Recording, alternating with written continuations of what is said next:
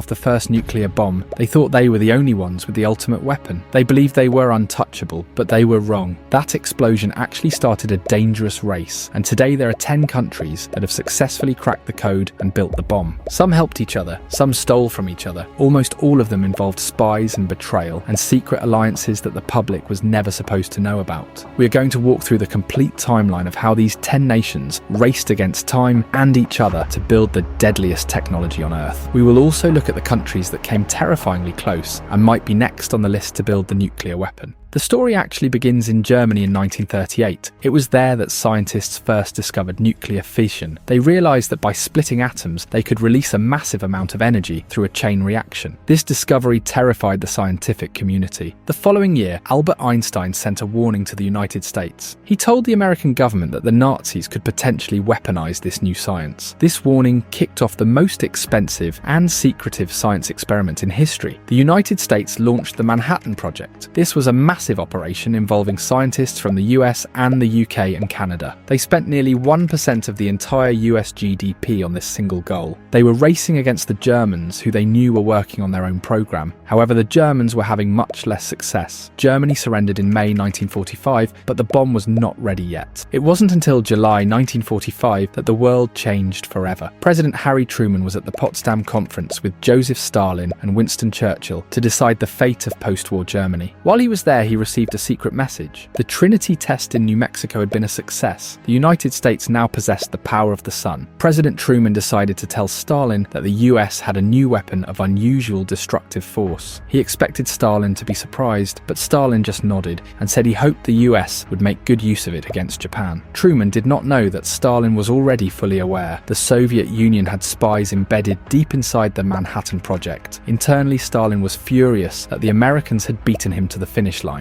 In August, the US dropped 2 bombs on Japan and ended the Second World War. But as the smoke cleared, a new race had begun. The Soviet Union became the second country to join the nuclear club. They had started their research as early as 1941. They became suspicious when they noticed that American and British scientists suddenly stopped publishing papers on nuclear physics. They realized the work had gone underground. After seeing the destruction in Japan, the Soviet program went into overdrive. They had stolen a massive amount of data from the Americans, but they had a problem. They were paranoid. They feared that American double agents might be feeding them bad math to sabotage them. Because of this, they did not fully trust the stolen designs. They used captured German scientists and did their own research to verify everything. They moved faster than anyone in the West expected. In 1949, the Soviets detonated the RDS-1 in Kazakhstan. The American monopoly was over. The Cold War arms race had officially begun. You might assume the third country would be the United Kingdom. After all, the British had been key allies to the United States. They had actually done much of the early groundwork with a project called Tube Alloys. They handed all their research over to the US during the war under the Quebec Agreement. This agreement stated that the two nations would share the technology, but in 1946 the United States betrayed that agreement. They passed a law that cut off all exchange of nuclear information. They wanted to keep the secrets for themselves. The British were shocked. They realised that to remain a world power they needed to do it themselves. They still controlled most of the world's uranium supply, and they had the knowledge. They worked quickly. In 1952, the UK detonated their first bomb called Operation Hurricane off the coast of Australia. They were back at the top of the table, but the game was changing.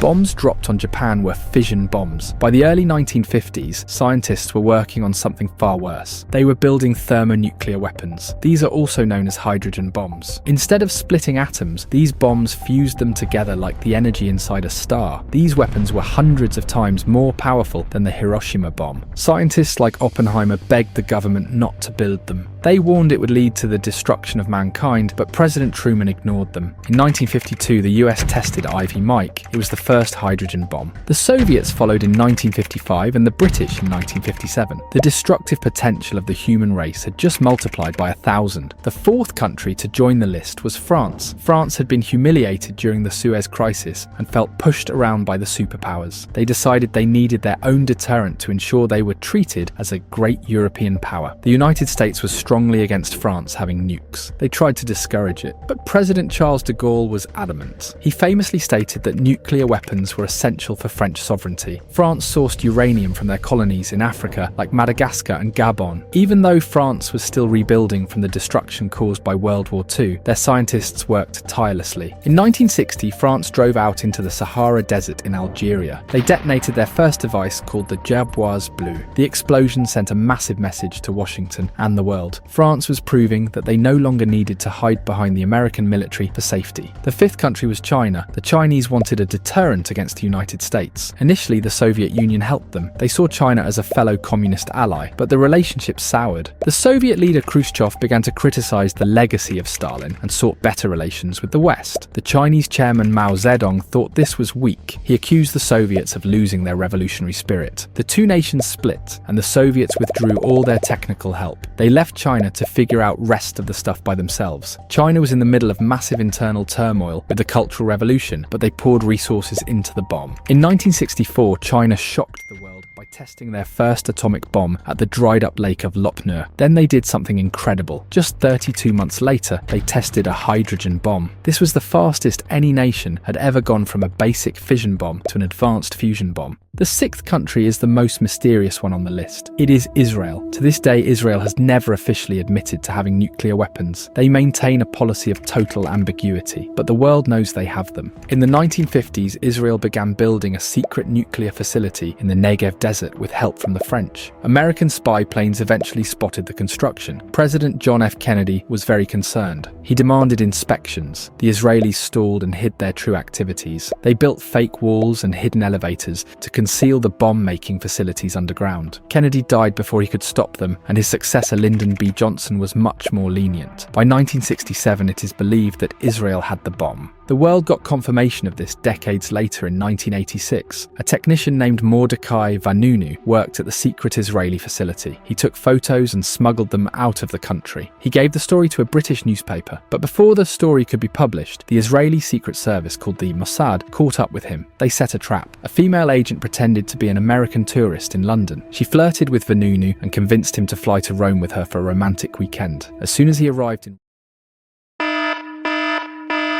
spent 18 years in prison. His sacrifice confirmed to the world that Israel was indeed a nuclear power. The seventh country was India. India felt surrounded. They felt trapped between two powerful enemies. They had lost a war to China in 1962 and were constantly fighting with their arch-rival Pakistan on the other border. They began a research program using a reactor that Canada had given them for peaceful energy. India claimed they were not building a bomb, but in 1974 they conducted a test in the desert. They called it a peaceful nuclear explosion. The code name was Smiling Buddha, and the world was not amused. Canada and the US imposed sanctions on India for misusing the technology. India paused for a while, but officially weaponized their program in the 1990s. They declared a no first use policy. This means they promise never to use nukes unless someone else uses them on India first. The eighth country is perhaps the most unique story of all. It is South Africa. By the 1970s, the South African government was completely alone. The rest of the world hated their racism and refused to help them. They looked at their borders and saw enemies everywhere. Countries right next door like Angola were falling under communist control. They decided that they needed the ultimate insurance policy. They had massive uranium reserves and they used them. In 1979, an American satellite detected a mysterious double flash of light in the Indian Ocean near islands controlled by South Africa. It is widely believed this was a joint nuclear test with Israel. By the 1980s, South Africa had built 6 fully functional nuclear bombs, but then the world changed. The Soviet Union collapsed. The threat of communism faded. The apartheid government knew their time was ending. They were terrified of handing over nuclear weapons to the new incoming government led by Nelson Mandela. So they did something no other nation has ever done. They voluntarily dismantled all their weapons, they destroyed the blueprints and melted down the uranium. So South Africa is the only country to build its own nukes and then give them up entirely. The 9th country was Pakistan. After losing a war to India in 1971, the Pakistani Prime Minister made a famous vow. He said that even if the people people have to eat grass, they will get a nuclear bomb of their own. They could not let India dominate them. The hero of their program was a man named Abdul Qadir Khan. He was a metallurgist working in the Netherlands at a facility that enriched uranium. He used his clearance to steal top-secret blueprints for centrifuges. He memorized designs and copied documents and brought them back to Pakistan. This gave them a massive head start. They also received help from China, who wanted to keep India in check. The United States knew what Pakistan was doing. However, the US needed Pakistan's help to fight the Soviets in Afghanistan, so the Americans turned a blind eye. In 1998, just weeks after India conducted a series of tests, Pakistan responded. They detonated 5 bombs in the mountains. The crowd in Pakistan went wild. They had leveled the playing field. Unlike India, Pakistan has a first-use policy. They reserve the right to launch nuclear missiles if they feel they are about to be defeated in a conventional war. This brings us to the 10th and final country on the list, and that is North Korea. North Korea wanted nukes for the same reason everyone else did. They wanted regime survival. The Kim family believed that without the bomb, the United States would eventually invade them. They started with Soviet help for energy, but eventually went rogue. They signed treaties promising not to build weapons and then cheated on them. They used the designs they bought from Pakistan. In 2006, North Korea conducted its first underground nuclear test. It was a small explosion, and some experts think it was a partial failure, but they kept trying. In 2009 and 2013, they tested bigger bombs. By 2017, they detonated a thermonuclear hydrogen bomb. Today, they have intercontinental missiles that can theoretically reach United States. They are the only country to withdraw from the Non-Proliferation Treaty and successfully build a weapon. These are the 10 nations that built the bomb. But the story is bigger than just them. There are other countries that host nuclear weapons. During the Cold War, the US and the Soviets placed missiles all over the world like chess pieces. Today, American nukes are still stationed in Belgium, Germany, Italy, the Netherlands, and Turkey. Russia has recently moved tactical nuclear weapons back into Belarus. The threat is not just from the countries that make them, but also from the countries that hold them. We also have to look at the countries that tried and failed. You might be surprised to know how many nations were close. Argentina and Brazil had military programs that they abandoned. Sweden and Switzerland considered it. But the most volatile region has always been the Middle East. Iraq had a nuclear program under Saddam Hussein. In 1981, Israel launched a daring air raid called Operation Opera. They bombed the Iraqi reactor and destroyed it. In 2007, Israel did it again. They bombed a secret facility in Syria that was being built with North Korean help. The current worry is Iran. Iran has been enriching uranium for years. Israel and the West have tried to sabotage and slow them down. There is another country that's often overlooked. Japan is what experts call a threshold state. Japan has advanced rocket technology and huge stockpiles of plutonium from their energy reactors. Experts believe Japan could build a nuclear weapon in a matter of months if they wanted to. Currently, their pacifist constitution prevents it, but if the geopolitical situation in Asia changes, Japan is ready to flip the switch. Finally, we cannot forget the silent threat that hides in the ocean. The treaties and the inspections focus on land, but the true power of nuclear nations lies in the deep. The US and Russia, and the UK and France and China and India all operate nuclear-armed submarines. These vessels can stay submerged for months. They are impossible to track. They ensure that even if a country is wiped off the map, their submarines can launch a retaliatory strike from anywhere in the world. This is the concept of mutually assured destruction. It is a terrifying logic that has kept the peace for 80 years.